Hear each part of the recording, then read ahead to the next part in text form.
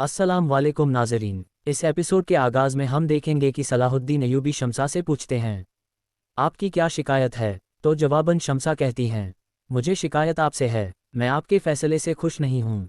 सुना है कि गुलज़ारा के कातिल मेला को रिहा कर दिया जाएगा, क्या ये सच है? तो सलाहुद्दीन अय्यूबी कहते हैं, मुझे भी इसकी उम्मीद नहीं थी।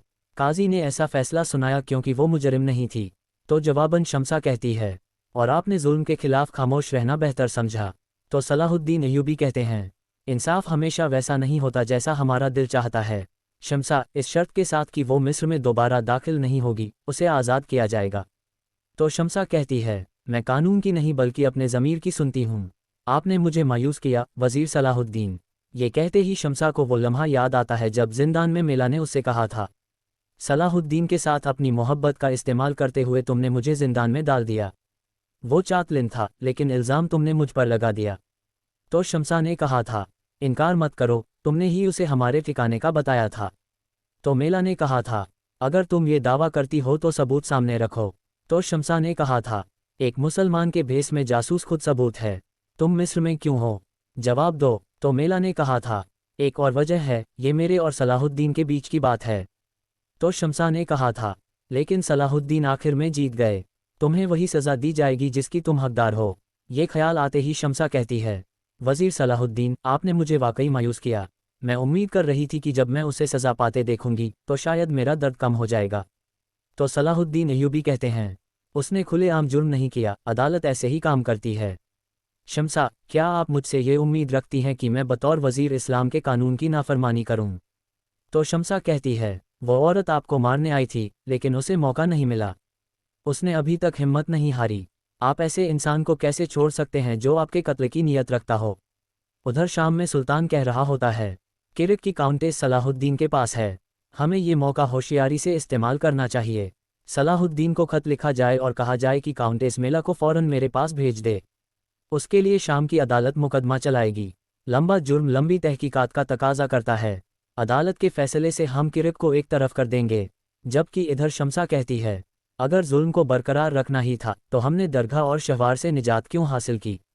ये सुनकर वज़ीर सलाहुद्दीन गुस्से से कहते हैं, शम्सा खातून, आपके अल्फाज सख्त हैं, क्या आपको लगता है कि मैं उन शैतानों जैसा हूँ? तो शम्सा कहती है, मैं ऐसा नहीं कहती, लेकिन आपकी मुंसिफी इस फैसले से दागदार हो जाएगी। तो वज़ीर सलाहुद्दीन कहते हैं, मैं वही कर रहा हूँ जो मेरे ओहदे की ज़रूरत है। फैसले पर सवाल करने से पहले आपको फ़िक़्ह और कानून का इल्म होना चाहिए। ये सुनकर शम्सा कहती है, बिल्कुल, एक मसीही इंसाफ के बारे में क्या जान सकता है? तो वज़ीर सलाहुद्दीन कहते हैं, मैंने ऐसा नहीं कहा। तो शम्सा कहती है, मैं समझती हूँ वज़ीर सलाहुद्दीन, रियासत का मज़हब इंसाफ है। मुझे उम्मीद है कि आप एक दिन इसे समझ जाएंगे। ये कहकर शम्सा वहाँ से चली जाती है। फिर काजी फ़ज़ल सलाहुद्दीन अय्यूबी से कहते हैं, वज़ीर हजरत, काउंटेस के कागज़ात तैयार हो चुके हैं, वो आपके हुक्म के साथ ही रिहा हो जाएगी। तो वज़ीर सलाहुद्दीन कहते हैं, मैं उसे देख लूँगा, हम दीवान तलब करेंगे। दूसरी जानिब कुद्स में बल्दन के साथ बुआल्दन मश्क कर रहा होता है, जबकि बालन सबीला के साथ आगे बढ़ते हुए कहता है, वो आदमी जिसे शहजादे ने बाजार में देखा था, विलियम को अभी तक उसके बारे में कोई सुराग नहीं मिला। तो सबीला कहती है, जब भी मैं लादगाय का चेहरा देखती हूँ तो मेरे दिल में शक और बढ़ जाता है। बालन, अब मैं जानती हूँ कि किसी को कत्ल करके कैसा महसूस होता है। तो बालन कहता है, जब से वापस आया हूँ इन ज़मीनों ने मुझे बहुत कुछ सिखाया है। मैं अब किसी चीज़ से भागना नहीं चाहता। तो सबीला कहती है, एलन का मुस्तकबिल अभी तक अनिश्चित है। तो बालन कहता है, बादशाह इमलक जो भी फैसला करें, मैं एलन के लिए लड़ना कभी नहीं छोड़ूंगा। जबकि बुलंदी पर से चातलिन उन्हें देख रहा होता है। अंदर लादगाए इमलक से कहता है, अज़्ज़त मआब, फ़ौज अब नज़्म व ज़बत में है, कोई बगावत नहीं। मिस्र में शिकस्त, हरम किला और सलाहुद्दीन का तख्त पर बैठना, इन सब बातों ने सुल्तान नूरुद्दीन की ख्वाहिश में इजाफा किया होगा। हम अब और गलतियां नहीं कर सकते। सिर्फ कुद्स का ताकतवर होना काफ़ी नहीं, हमारे आम इत्तेहादियों को भी ताकतवर होना होगा। ये सुनकर बादशाह इमलक उसके इरादे भांपते हुए कहता है, आप एबल के बारे में बात करने का इरादा रखते हैं, क्या ऐसा नहीं? तो जवाब में लादगाय कहता है, अभी तक एबल के हाकिम का तकर्रुर नहीं हुआ। इस हालत में एक बड़ा हिफाजती खला है और मेरे ख्याल में सूरमा चातलिन उसके लिए मुनासिब आदमी है। मगर विलियम कहता है, जनाब, याद रखना चाहिए कि बालन असल वारिस है। तो इमलक कहता है, मुझे उनकी ज़रूरत नहीं जिन्होंने खून के रिश्ते से हक हासिल किया हो, बल्कि वो लोग चाहिए जो तख्त के मुस्तहिक हों। ये सुनकर विलियम बहुत परेशान हो जाता है। नाज़रीन, फिर हम देखते हैं कि समंदर के किनारे एक ताजिर गुलामों से काम करवा रहा होता है। उसी लम्हे सलाहुद्दीन अय्यूबी के पास जाने वाला एक गुलाम वहां चुपके से पहुंचता है और अपने साथी को सारी सूरत हाल से आगाह करता है। दूसरी तरफ कुद्स में शहजादा बाल्दो को सिपाही से लड़ते देखकर बालन सबीला से कहता है।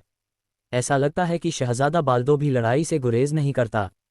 फिर वो आगे बढ़कर सिपाही की तलवार पकड़ लेता है और कहता है, शहजादा बाल्दो, आपकी तलवार आपके जिस्म का हिस्सा लगती है।